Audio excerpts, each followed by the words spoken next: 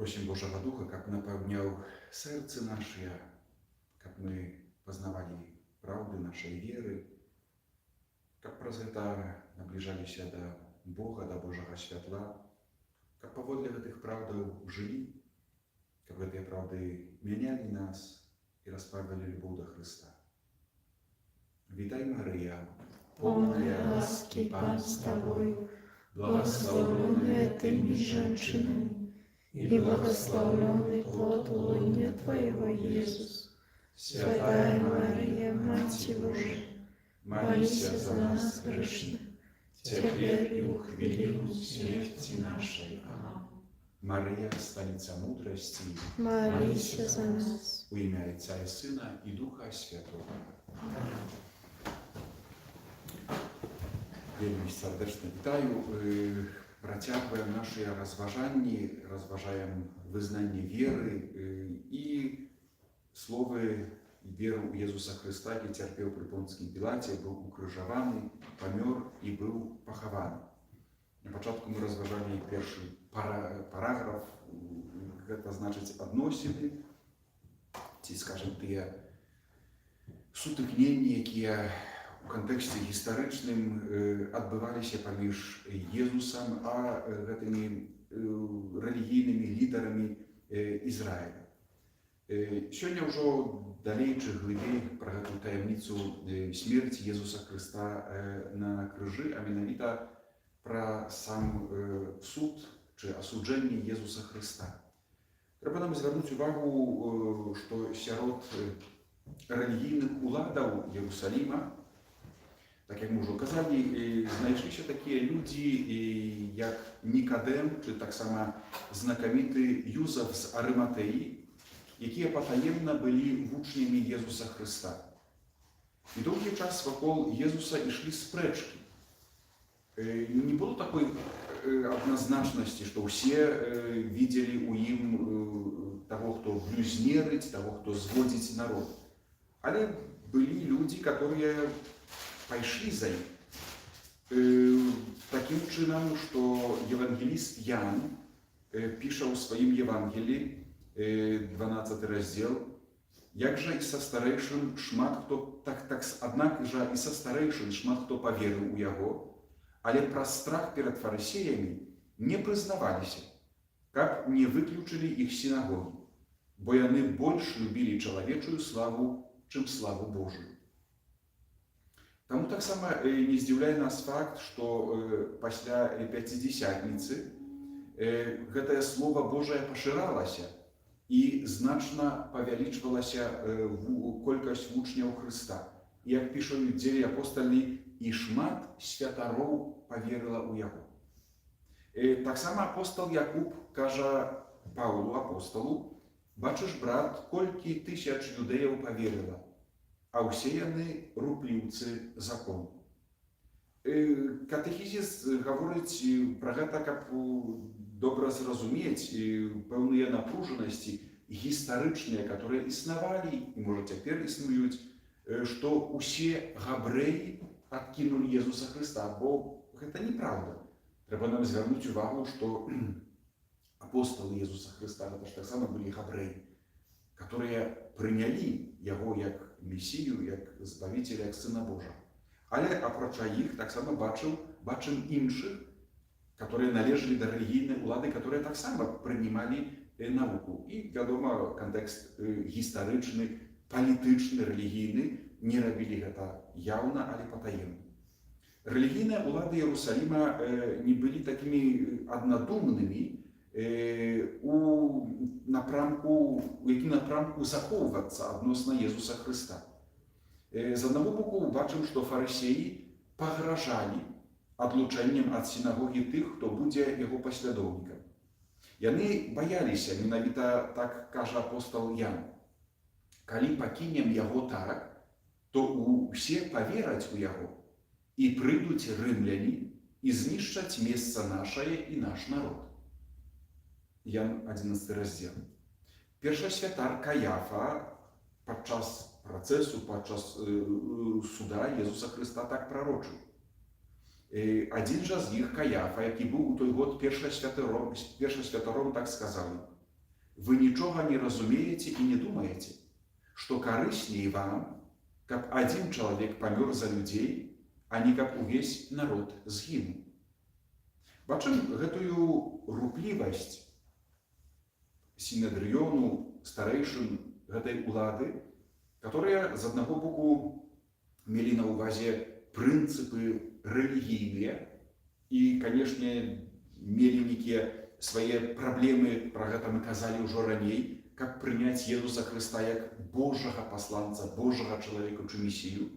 Але таксама кантэкст палітычны, ён таксама вельмі моцна, можна сказаць, паспрыяў таму, каб Езуса Хрыста асудзіць на смерць. Сінедрыён абвінаваціў Езуса на смерць, паколькі яны не ўмелі такой фармальнай улады выканаць гэты прысуд, аддалі Езуса пад суд рымлянам, абвінаваціўшы яго ў палітычным бунце.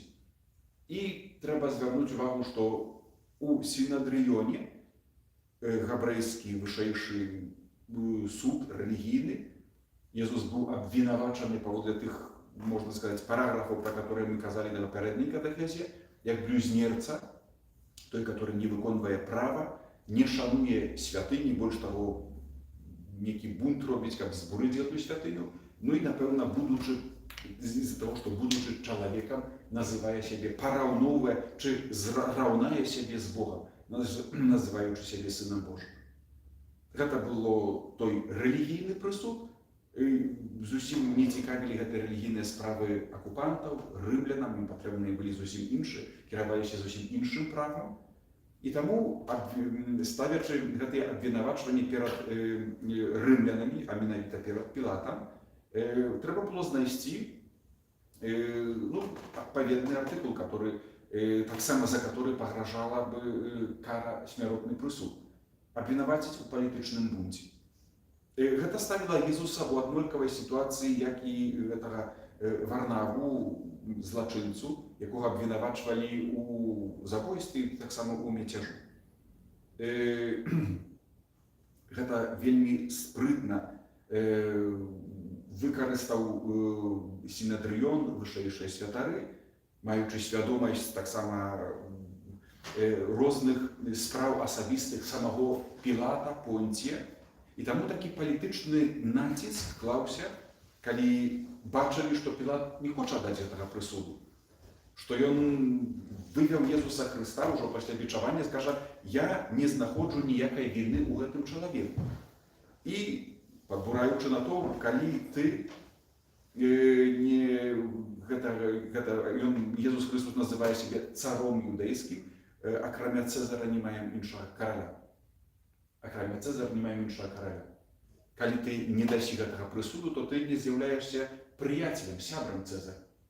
Гэта пасля такога націску палітычнага, без звярніце увагу, Пілат абмывае рукі і асуджае Езуса на смерць.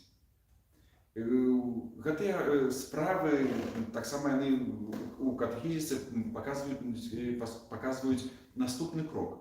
Бяручы пад увагу гэтую відавочную гістарычную складанасць асуджэння Езуса Хрыста і, канешне, дзесьці там абстрагіруючы, адыходзячы ад асабістага граху кожнага чалавека, хто удзельнічаваў у гэтай працэдуры асуджэння, Юда, які здрадзіў, Сінедрыён, і перачытваючы, чи захочу, каб перачытаць гэтую сцэну, бачым, што яны выслухоўвалі фалшывых сведкаў, падстаўленых людзей. Ну і таксама сам Пілат. Бачым, аднак, што суддзя, который пасля размовы асабістага гэтага іспыту Езуса Хрыста вывеў, сказаў: «Я не знаходжу ніякай віны», а потом палітычны націск, ну і ўсё, паддаўся, выдаў несправядлівы суд. Гэта тыя асабістыя слабасці, грахі чалавека. Пра гэта ведае толькі Бог, чаму, што там адбывалася ў сэрцы. Катэхізіс на гэта звяртае ўвагу, што нельга прыпісаць адказнасці за грэх асуджэння Езуса Хрыста на смерць юдэям Іерусаліма. Таксама не гледзячы на той зманіпуляваны натоўп, который крычаў на крыж яго, на крыж яго. Звярніце ўвагу, справа антысемітызму якая доўгі час была падсычаная, можа цяпер падсычаецца менавіта рэлігійнымі перакананнямі хрысціянаў. Прасцей яшчэ габрэяў не трэба любіць, трэба іх ненавідзець. Чаму? Таму што яны забілі нашага Господа Ісуса Хрыста. Кропка. І катэхізм менавіта праз гэта паказвае, што гэта не тое мышленне. Беручы пад увагу гістарычныя абставіны, і нельга, і ніколі Касцёл не асуджае габрэяў, менавіта тых, которые там былі, за гэты грэх, зло забіцця Сына Чалавечага. Езус, трэба звярнуць увагу, на крыжы, калі моліцца, даруе і грахі, таксама гэтыя чыны забойства яго, а пасля таксама Пётр у сваіх прамовах, яны адносяцца да няведання. Прабач ім, Божа, Ойча, бо не ведаюць, што чыніць. Калі прыбівалі яго да крыжа, і таксама пра гэта мы таксама успаміналі, Пётр у сваім першым казанні, можна сказаць, прамове, калі выходзіць ужо пасля пяцідзесятніцы, кажа, што нашыя начальства, нашыя рэлігійныя лідары, яны выдалі Езуса на смерць, але праз зайздрасць і праз неведанне. Тым больш нельга распаўсюджваць гэта канкрэтныя словы катэхізісу у часе і прасторы адказнасці за ўкрыжаванне Езуса на іншых юдэяў, спасылаючыся на водгук натоўпу, кроў яго на нас і на дзецях нашых. Гэта зноwu ж гэта так вельмі так у такім скарачэнні, у такой сінтэзе пададзена, але гэты вялікі не то што спор, але такая, можна сказаць, тэндэнцыя антысеміцкая на працягу ўсіх стагоддзяў. Калі зноwu ж, чытаючы Святое Пісанне і маючы такую хрысціянскую руплівасць, гледзячы на гэтых габрэяў, так як казалі дзяды нашыя жыдоў, яны ж забілі нашага Господа. Добра, калі там можа быў зманіпуляваны то, але гэта яны крычалі. Кроў яго на нас і на дзяцей нашых. Гэта значыць, абвінавачваліся не толькі тыя, которые там былі, а ішло на увесь народ. І катэхізіс вельмі канкрэтна, адназначна кажа, не гэтай дарогай трэба ісці, нельга абвінавачваць. Касцёл у сваім навучанні і ў сведчанні святых ніколі не забываўся пра тое, што і падкрэслівае, што грэшнікі, усе грэшнікі былі віннымі і з'яўляліся быццам такой прыладай усіх мукаў, цярпенняў Божага збаўцы.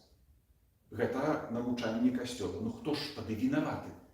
Калі не можна абвінавачваць габрэяў, чи тых канкрэтных суддзяў, чи здрайцу Юду, чи гэтага Сіндрыёну, чи Пілата, не ўсіх габрэяў, то хто ж вінаваты? Бо вельмі адназначна Пісанне апісвае, што гэта быў несправядлівы прысуд. То як гэта так сказаць, што ўсё добра, ўсё класна? Не, каго трэба абвінаваціць? Яшчэ раз, Касцёл, святыя кажуць, што ўсе грэшнікі былі віннымі мукаў цярпення Езуса Хрыста. Беручы пад увагу, што нашыя грахі раняць самога Хрыста, Касцёл без ваганняў лічыць хрысціянаў найбольш адказнымі за пакуты Езуса Хрыста. Тым менавіта звярнуць увагу, Езус Христос, потым Пётр, можна бы сказаць так, апраўдвае тых суддзяў, натоўп, народ, который тады крычаў, праз неведанне гэта зрабілі. Не ведалі хто, не спазналі, не ведалі.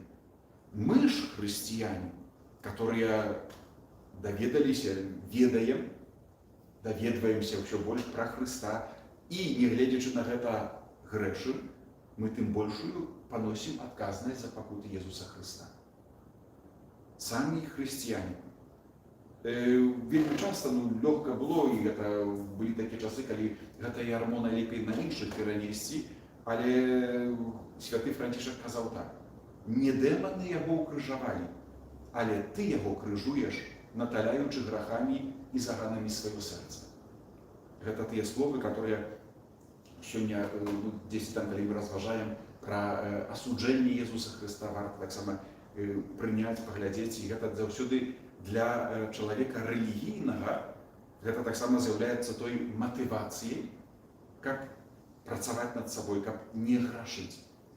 Не толькі звярніце ўвагу ў такім плане самадасканаласці, але таксама, каб гэтых пакутаў Езуса Хрыста паменшыць, таму што маю свядомасць, што гэта таксама мая грахоўнасць прычыняецца да гэтых пакутаў і да яго смерці. Далей катэхізіс падае нам ужо адыходзіць ад гэтых знешніх абставін гістарычных і ўваходзіць у глыбіню аналізу менавіта смерці крыжовай Езуса Хрыста і яго выдання. Гэтая збавенная смерць Хрыста, якое месца мела у гэтай Божай задуме.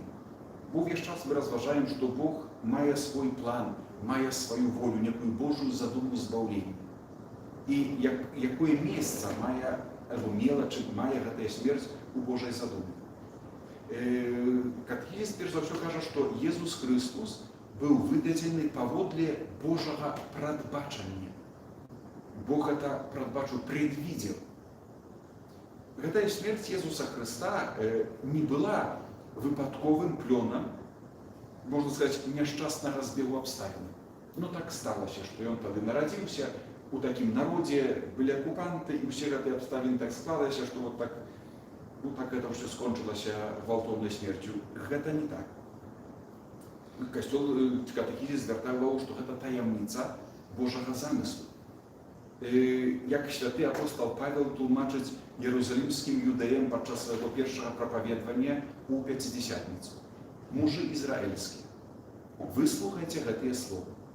Езус з Назарэта быў чалавекам, якога Бог паказаў вам у сіле, цудах і знаках, якія Бог учыніў праз яго сярод вас, як і самі вы добра ведаеце. Яго, выдадзенага паводле вызначанай волі і Божага прадбачання, вы, укрыжаваўшы рукамі бязбожных, забілі. Святы апостол Пётр звяртае увагу менавіта на тое, што ён быў выдадзены паводле Божага прадбачання і паводле Божай волі. Гэтая біблійная мова не азначае, што тыя, хто здрадзілі Езуса, былі толькі якімі-то пассіўнымі выканаўцамі гэтага сцэнарыя, который заранее он напісаў пад Бог. Час ад часу паяўляюцца, усплываюць розныя моманты у касцёле, калі зноў якісьці там чалавек адкрые нанова, ёсць Евангелія не святога, Юды Іскарыёта, пробуецца такая цэлая нарацыя, тэндэнцыя апраўдаць Юду, што гэта сапраўды, пасколькі Езус яго паклікаў, што ён не меў ніякай віны, і што было гэта Божае прадбачанне, што ён не мог інакш паступіць. Напэўна, мог. Бог мае свой план, мае свой замысел, мае сваю волю, але ніколі не забірае свабоды людской. Ніколі яе не забірае. І гэтыя абставіны, гэтыя справы, яны упісваюцца ў Божую волю. Тым не менш, асабістая віна і адказнасць за паступкі, за выбар тых людзей, яна застаецца асабістай. У Бога ўсе моманты гісторыі яны прысутнічаюць тут і цяпер. Мы раскладаем раней, пазней. Цяжка гэта уявіць, цяжка гэта зразумець. Мы гэта называем нашай мовай прадбачанне. У Бога няма часу. Мы кажам, што Бог прадбачыў, потом вспомнілася, і цяпер думае, файна выйшла. Гэта наша перспектыва, мы інакш не ўмеем. Гэта наше абмежаванне, час, прастора, і так мы функцыянуем, гэта так нашая мова. Тым не менш, Бог зусім іншы, у яго няма гэтага. У яго адбываецца ўсё тут і цяпер. Вось так, калі можна параўнаць да нашых абставінаў, калі нешта можна у гэтым уявіць. Свой гэты спрадвечны план прадвызначэння ён устанавіў, уключаючы у яго гэты вольны адказ кожнага чалавека. Зноў ж у дзеях апосталаў чытаем такія словы. Бо сапраўды, супраць святога слугі твайго Езуса, якога ты намасціў, сабраліся ў гэтым горадзе Ірад і Понцій Пілат, разам з язычнікамі і народам Ізраіля, каб учыніць тое, што твая рука і воля твая прадвызначыла. каб учыніць тое, што твая рука і твая воля прадвызначана. Бог дапусціў дзеянні, якія былі вынікам іх асвятлення, каб выканаць сваю збаўчую задуму. Гэтыя словы, сапраўды, трэба іх, можа, як-то там у сабе пераварыць, бо ўжо не адзін раз узгадваў. Досвед зноў ж душпастырскі, калі спадарня яна прыходзіла пасля вялікі пост, крыжовы шлях, некае набажэнства, і кажа, що, ведаеце, я ненавижу Бога Айца. Ненавижу, як ён мог свайго сына аддаць, і гэтак далей, як ён мог, які ж ён любячы Отец, калі дапусціў, што Езус Христос памёр, які ж гэта Айцец. Гэта людское зразуменне, але вельмі такое, вядома, павярхоўнае. Тым не менш, Божы допуск, Божы план, гэта тое, што, можна так і сказаць, смерць Езуса Христа, яго пакуты, яны ўсё месцяцца ў гэтым Божым плане. Далей катэхізіс звяртае ўвагу на словы, которые мы таксама прамаўляем. Памёр Езус Христос, памёр за нашыя грахі паводле Пісання. Гэтая Божая задума аб збаўленні праз выданне на смерць праведнага слугі была абвешчана ў Пісанні заранёў, як таямніца усеагульнага адкуплення. Гэта значыць выкупу, які выбавіць людзей ад няволі граху. І ў гэтай перспектывы, чытаючы Святое Пісанне, асабліва Старога Запавету, можна знайсці прароцтвы, которые паказваюць на тое, што прыйдзе гэты праведны слуга Яхве, который будзе цярпець. Там таксама вельмі цікавая гісторыя, якім чынам інтэрпрэтуюць гэтыя словы сёння таксама габрэі. Біблія наша незменная. Толькі слухаем тыя самыя словы, але як яны інтэрпрэтуюць? Мы, хрысціяне, непасрэдна адносім іх да Езуса Христа. Ужо тут не буду цыціраваць, гэта Ісая, можа не ўвесь Вялікі пост, але мы чуем гэтыя прароцтвы, вось будзе паняшчасціцца слузе майму, бо будзе выздзены, апляваны. І можна сказаць, так як бы хтосьці глядзеў 5 вякоў перад смерцю Езуса Христа апісанне гэтых этапаў мукі Христа. І гэта такое відавочнае, будзе прыбіты да дрэва. Ужо не маю гэтага тэксту, тут не буду выдумваць. Тым не менш, гэта тыя тэксты, калі мы кажам пра прадбачанне Божае, Бог ужо запавядаў пра сваіх прарокаў. Мы іх адносім да Езуса Христа. Апостол Павел у вызнанні веры, ужо Новы Запавет, якое ён прыняў, абвяшчае так. Нагадваю вам, браты, Евангелие, якое я абвяшчаў вам і якое вы прынялі, і ў якім трываеце, і праз якое таксама збавіцеся, калі цвёрда захаваеце тое слово, што я абвясціў вам. Калі толькі недарма паверылі. Бо спачатку я перадаў вам тое, што і сам прыняў, што Христос памёр за нашыя грахі паводле Пісання. Звярніце увагу на гэтае слово, паводле Пісання. Пісанне Старога Запавету, калі чытаем з верай і прынимаем у кантэксце Езуса Христа, яно ўжо, можна сказаць, запавядала, прадпавядала тое, што павінна здарыцца з гэтым слугой Яхве, гэта значыць з Езусам Христом. У збаўчай смерці Христа асабліва выконваецца прароцтва пра гэтага церпячага слугу. Ісая, 53 раздзел, можна там знайсці, прачытаць. Сам Езус, калі чытаем Евангелие, ён раскрывае сэнс свайго жыцця і смерці у святле гэтага пакутуючага слугі. У Евангелии Матвея читаем. Иисус Христос скажет, бо Сын Чалавечы не для того пришел, как яму служили, але как служить и отдать жыццё свое для откупления многих. Иисус Христос мае свядомасць, дзеля чаго ён прыйшоў. І мае таксама свядомасць, якой цаной адбудзецца гэтае збаўленне.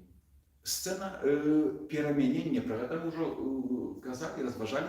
Гэта таксама сцена, которая показывае гэты бляск, гэтую величность, боскость Иисуса Христа. А в одном из Евангелий читаем, что Илья и Моисей расповедали, размовляли с Иисусом про его обиход. Как бы можно сказать, подготавливали сценарий. Ну, это такие мои слова, але фактом, что Иисус Христос ведал. И Он весь час ведает, якой ценой отбудется это избавление света. И после воскресения Иисус тлумачить гэта своим учням. Бачим эту сцену у Луки, в учні у Емаус, расчарование, а мы сподевались, они расчарованы, что забили его, поховали, все, конец нема. А мы сподевались, что он выбавит Израиля.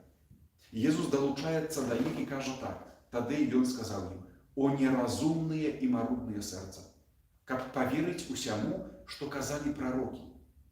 Ці ж не треба было Мессии терпеть усё гэта, как увайсти в свою славу. И пачаўшы от Моисея и от усіх пророков, растлумачыў им тое, что во ўсім Писанні датычыла яго». Яшчэ раз мы звяртаем увагу на гэтае слово «памёр за наши грахи» паводле Писання. Писание, которое выканалось в ним паводле тых пророцтв, которые ранее заповедали пророки Старого Заповеду. Так само, звертаючись до своих апостолов, Евангелия Луки, после змертвых повстания, Иисус скажет так: «И сказал им: вось словы мои, сказанные вам, коли я был еще с вами, что повинно сбыться все написанное про меня у законе Моисея, у пророков и у псальмов. Тады открыл их розум, как яны разумели Писание». У гэтым ключе, чи у гэтым сенсе, кожны хрысціянін читае Стары Запавет. Калі мы хочам зразумець глыбіню, асабліва гэтых пророцтваў, увесь час хочам адносіць выкананне гэтых пророцтваў у дачыненні да Езуса Христа. Бог яго учыніў для нас ахвярою за грэх.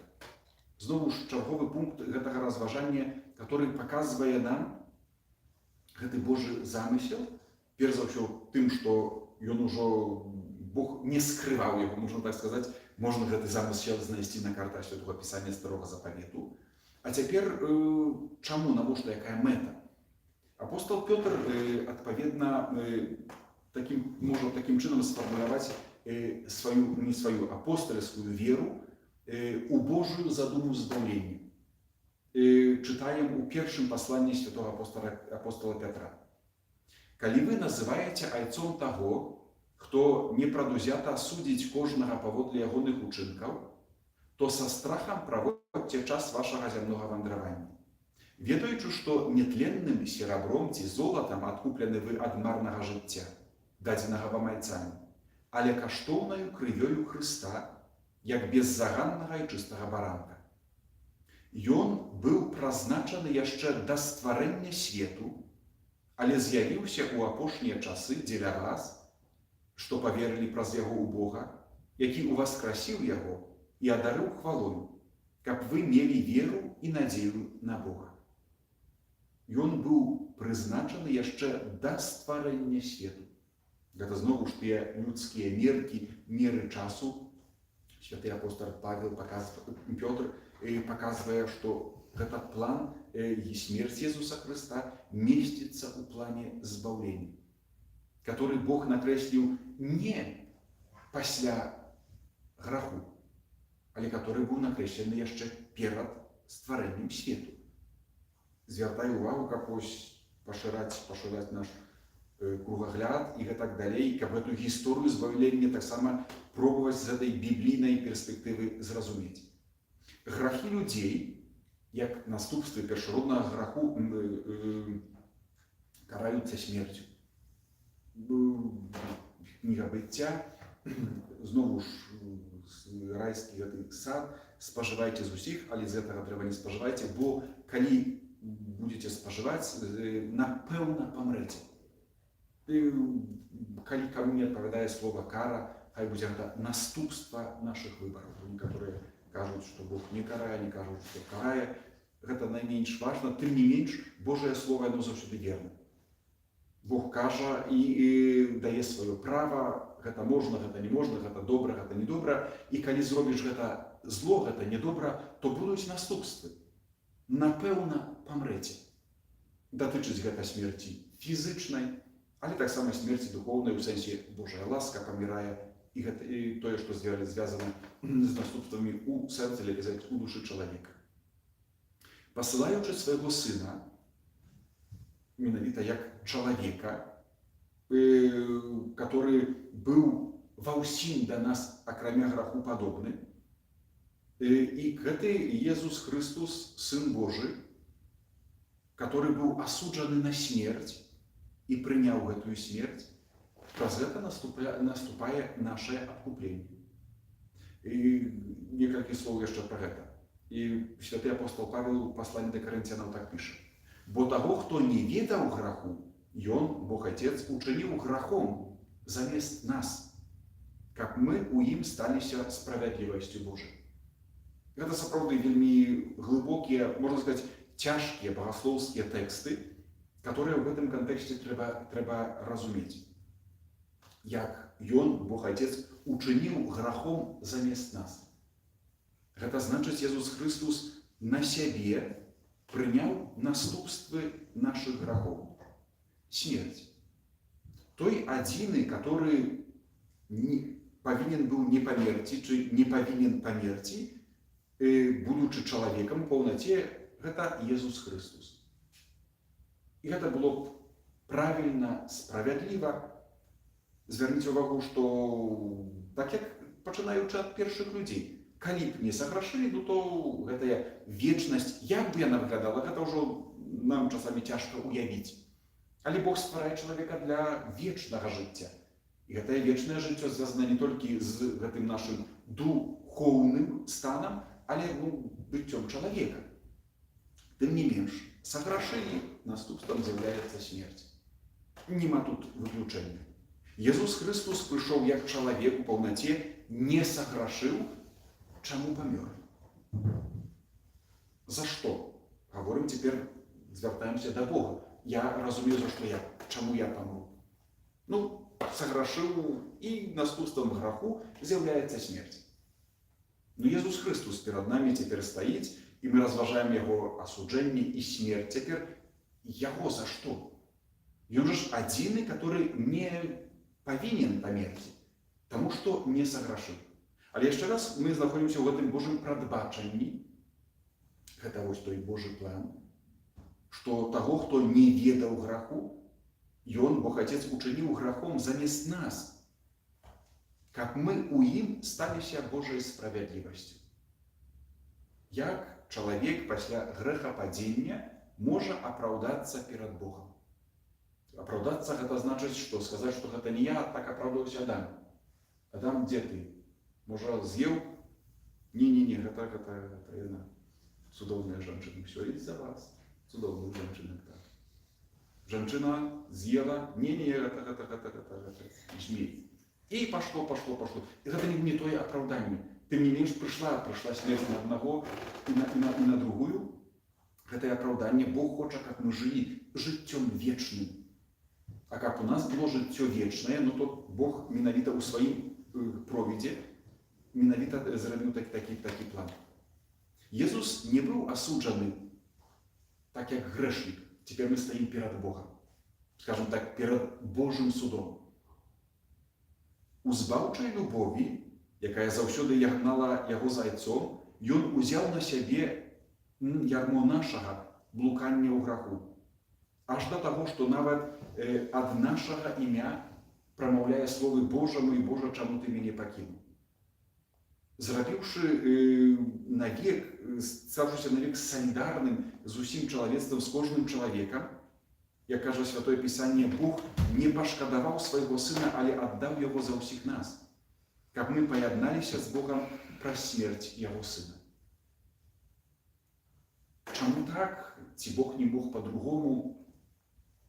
Калісьці станем перад Богам, зададзім пытанне, мне не задавайце.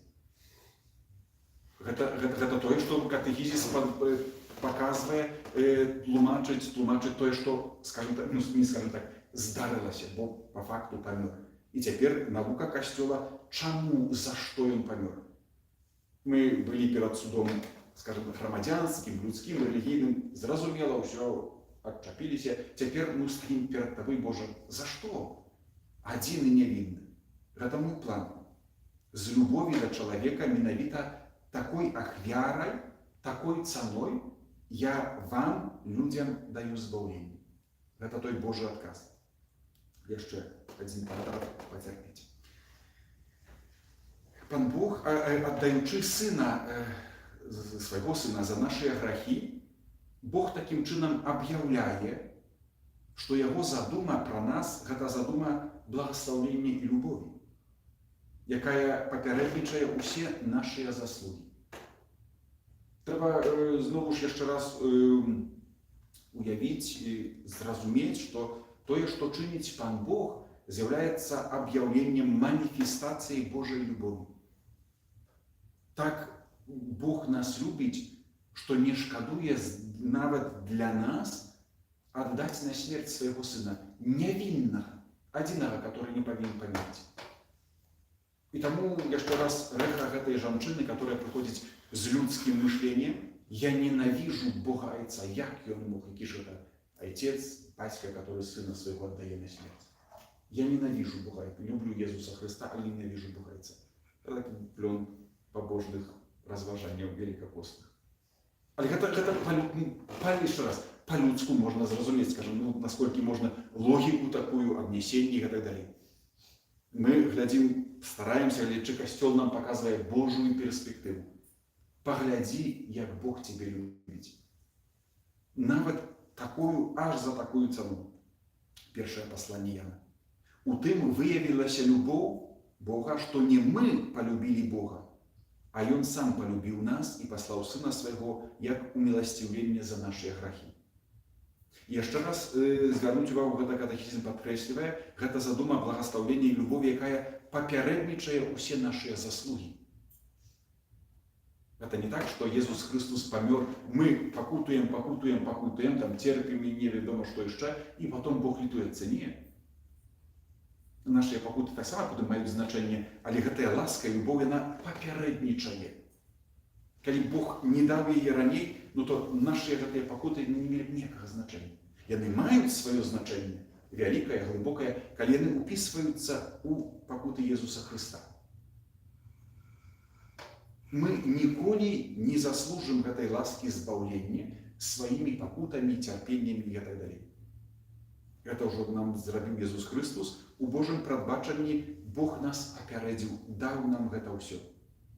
Бог доказывая свою любовь до нас тем, что Христос помер за нас, коли мы были еще грешниками.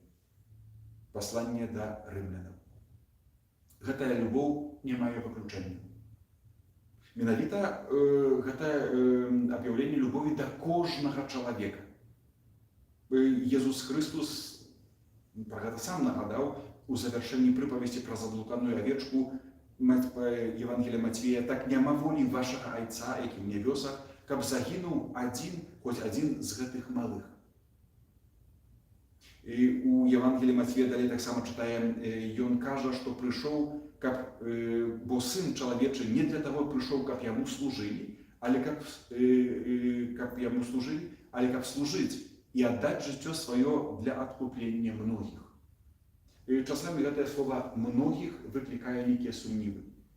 Там няма слова «усіх». Гэтае апошняе слова, яно не абмежаванае. Яго чытаем у кантэксце такого супрацьстаяння. З аднаго боку маем людскасць, усю людскасць, а з другого боку адзіная асоба збаўцы Jesúsa Христа, які дае сябе, каб выратаваць усю людскасць. І Касцёл паслядоўна за апосталамі навучае, што Христос памёр за ўсіх людзей без выключэння. Адзін са святых айцоў піша так: «Няма, не было і не будзе ніводнага чалавека, за каго б Христос не цярпеў». Гэта тая праўда веры, якую хочам зразумець перш за ўсё для сябе з удзячнасцю, Але таксама гэта тое, што з'яўляецца потым для нас вялікай надзеяй, калі глядзім побач на тых, хто не верыць, не прымае, адкідае любоў Езуса Хрыста. Часамі ёсць такая тэндэнцыя, да, і ладно, а ну цябе. Не. Для ўсіх, за ўсіх Езус Хрыстос цярпеў, аддаў жыццё, гэта значыць надзея на збаўленне ёсць для ўсіх. Гэта столькі на гэтым спатканні.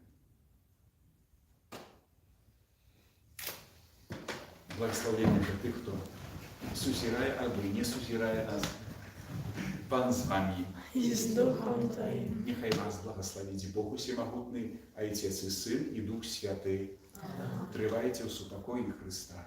Дякую вам.